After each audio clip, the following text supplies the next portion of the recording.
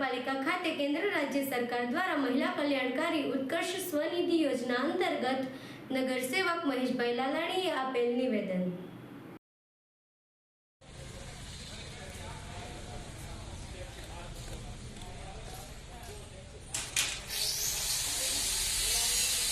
એક દિવસ ગોઠવો હોય તો ગોઠવી દઈએ.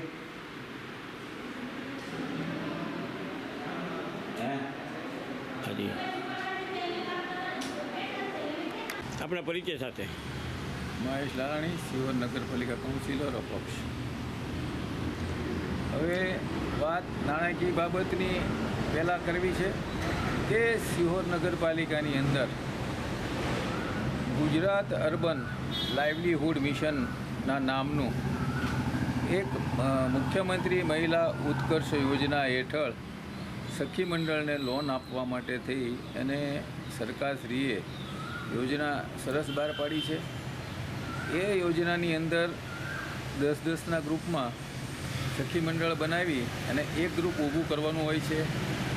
એ ગ્રુપને સ્વાવલંબી બનાવવા માટે થઈને સરકારશ્રીનો મોટો સારો ઉદ્દેશ કે ભાઈ સ્ત્રીઓને આજે ઉદ્યોગ કરતી અથવા વ્યવસાય કરતી કરવી, એ ઉદ્દેશથી આ યોજનાનું નિર્માણ કર્યું. અને એ બાબતે સખી મંડળો નગરપાલિકા કોર્પોરેશન ક્ષેત્રે બનાવી અને જુદી જુદી બેન્કોની અંદર આ બાબતે લોન અંગેના જે ફોર્મ કે જે વિધિ થતી હોય એ વિધિ કરી અને એમને લોન અપાવી અને સ્વાવલંબી બનાવવા માટેની આ એક યોજના છે.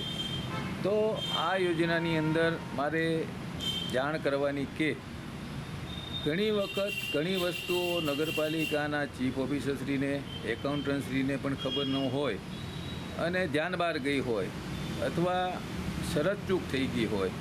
તો આવો એક કિસ્સો હું આપને જણાવવા માગું છું કે મુખ્યમંત્રી મહિલા ઉત્કર્ષ યોજના હેઠળ સિહોર નગરપાલિકા દ્વારા 40 સખી મંડળોને આજે લોન માટે થઈને જુદી જુદી બેન્કોની અંદર એપ્લાય કરવામાં આવ્યા હતા. એ એપ્લાય કરી એમને લોનો અપાવી અને એમની માટે થઈ અને સરકારશ્રી દ્વારા એક સખી મંડળ દીઠ 15,000 રૂપિયાનો ખર્ચ એમણે ભોગવવાનું રાખ્યું કે ભાઈ જે બેંક આજે આ લોન આપે એમને પ્રોત્સાહક રકમ જાહેર કરવી, પછી વ્યાજ જાહેર કરવું, પછી બીજા નંબરની અંદર જે કોઈ ત્યાં લોનના હપ્તા માટે થઈને જાય એમના માટેની પણ સહાયક રકમ કરવી. આમ કરીને ટોટલ 15,000 રૂપિયા બેન્કોને જે તે બેન્કો લોન આપે એમને ફાળવવાની આ એક યોજના છે. તો એ અંતર્ગત 2020-21ની અંદર 40 જે સખી મંડળોની જે નોંધણી કરવામાં આવી 1 લાખ રૂપિયા લેખે, તો 15,000 રૂપિયા લેખે 15 ચોખ્ખું 60 એટલે 6 લાખ રૂપિયા આવી બેન્કોને સહાય અને ઇતર સહાય માટે થઈ અને 6 લાખ રૂપિયા 2021ની સાલમાં જમા કરવામાં આવ્યા. જે ખાતા નંબર યુનિયન બેંક 5051 નંબરનું ખાતું છે. તો આ બેંક ખાતાની ટોટલ વિગત સિહોર નગરપાલિકાના એકાઉન્ટ રજિસ્ટરે નોંધણી નથી. યુનિયન બેંક 5051નું ખાતું જે હોવું જોઈએ એ ખાતા એન્ટ્રીની અંદર એ એન્ટ્રી પણ નથી. તો મારે કહેવાનું એ છે કે આવી માતબર રકમ જો જમા થઈ હોય અને 2026 સુધી આ વસ્તુની કોઈ ખબર ન હોય અને લોલમલોલ ચાલતું હોય તો આ કેટલી ગંભીર બેદરકારી નાણાકીય બાબતની કહેવાય એમ હું ચોક્કસ માનું છું. તો આ 6 લાખ રૂપિયા 2021થી માંડીને 2026 સુધીમાં આમનામ પડ્યા રહ્યા. એમનું વ્યાજ આજે 94,000 રૂપિયા જેવું થયું છે 6 વર્ષમાં. તો 6 વર્ષે 6 ને 94 થયા અને એની યુટીસીની આજે જ્યારે મોકલવાની આવે અને જ્યારે એકાઉન્ટન્ટશ્રી આગળ આજે સહી કરવા માટે થઈને આવેલા ત્યારે મારું ધ્યાન ગયું. ત્યારે મેં આ બાબતે ડીપમાં તપાસ કરી તો આ જે બેંક એકાઉન્ટ જે છે અને જે પૈસા ઉપડે એ ચીફ ઓફિસરશ્રીના નામના અને એકાઉન્ટના સંયુક્ત જોઈન્ટ ખાતામાં આ જમા થવા જોઈએ અને એમનેથી આ રૂપિયા ઉપડે એવી વ્યવસ્થા છે. ત્યારે આ આખું પ્રકરણ આજે ધ્યાન ઉપર આવ્યું એટલે ગ્રાન્ટ જેવો શબ્દ મેં વાંચ્યો એટલે એકાઉન્ટન્ટશ્રીનું મેં ધ્યાન દોર્યું કે ભાઈ આ ગ્રાન્ટ શબ્દ છે, આ ગ્રાન્ટ શેમાં વાપરવાની છે એ મને થોડુંક સમજાવો. તો એણે જુદી જુદી અગાઉ મેં કીધું એમ એણે અગાઉ આ જુદી જુદી ગ્રાન્ટો માટે થઈ અને મને એને સમજણ પાડી. તો એ મારો પ્રશ્ન સોલ્વ થઈ ગયો. પણ મારે કહેવાની વાત એ છે કે જ્યારે આટલી બધી રકમ આવી હોય, આટલા બધા 6 વર્ષથી આ બેંકના એકાઉન્ટે આજે અહીં એકાઉન્ટ રજિસ્ટરે જમા ન થયેલી હોય ન હોય તો મે બી શક્યતા છે કે આ પૈસા ગમે ત્યારે ઉપડી જાય.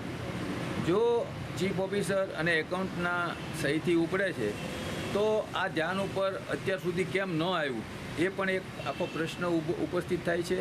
બીજા નંબરની અંદર અગાઉ આવા સખી મંડળમાંથી એક 3 લાખ રૂપિયા ઉપડી ગયેલા, એ પરત પરાક્રમસિંહ મકવાણા જે ચીફ ઓફિસર અગાઉ હતા એમણે પાછા ભરાવ્યા છે. કાર્યવાહી કોઈ થઈ નથી કે કરી નથી.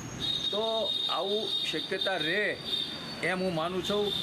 હું એ વાતમાં પડવા માગતો નથી જે ગઈ ગુજરીમાં, કારણ કે પૈસા જે ભર્યા હતા ઉપડી ગયા હતા એ પાછા આવી ગયા.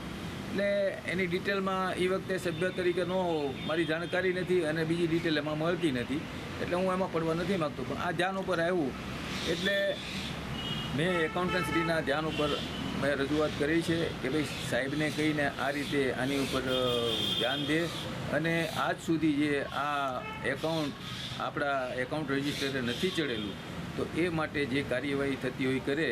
કારણ કે આવી જો રકમ અને જે મહિલા ઉત્કર્ષ યોજના કે જે મુખ્યમંત્રીશ્રીની યોજના કહેવાય, જો આની અંદર જો આવો ગોટાળો અને આવી બધી જો બેદરકારી હોય તો આને હું એક ગંભીર ક્ષતિ ગણું છું. અને આ બેદરકારી ચલાવી લેવાય નહીં, આ બેદરકારી ચાલે પણ નહીં. તો આ બાબતે તપાસ કરી અને યોગ્ય કાર્યવાહી થવી જોઈએ એમ હું માનું છું અને આ મારી રજૂઆત છે.